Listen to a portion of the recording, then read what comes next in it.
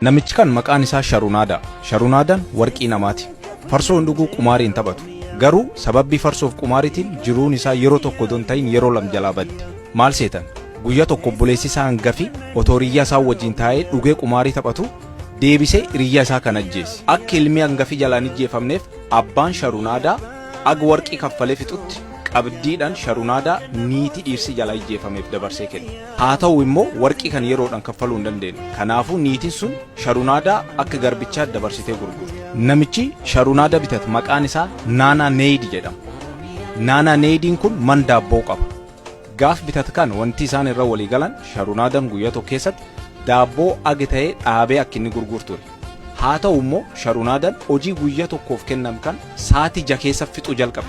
Warqii namaa waan taateef dhufee maasterii isaatiin hojii kiyyaan yeroodhaan fixaa jira. Guyyaa guutuu akkanuma ciisee oolaa. Qood kana waareedhaan booda ani daabboo kii midhaaffadhe deeme katamaa keessa marse gurgure yoo waan argadhellee gargarii qooddannaa jedheen.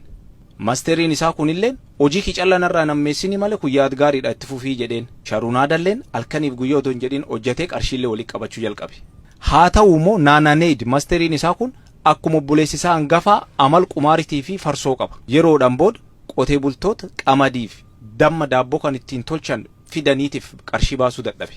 Sababbii kanaaf Sharunaadaan yeroo lammaffaaf ammallee maasterii dhibii kenname. Maasterii lammaffaa kanirraa jaarsi Araad Guulaa jedhamu Sharunaadaa bitee nam bilisaayis godhe. Sababbiin isaa jaarsi kun gaaf Sharunaadaan daabboo marsee gurgursuun waan argee fi baay'ee jaallatee ture. Seenaa ana gammaa isinitti himkan Sharunaadaattu mucaa kichuu kanatti hime. Mucaan kun Aadaan Guulaadha. Aadaan Guulaan kun akaakuu Araad Guulaati. Obbo kitaabii The Richest Man in Babylon jedhulleen asumirratti xumurama. Asiin achi ka jiru waa'ee geographical location Babiloonii waan ta'eef nuuf fayyadu.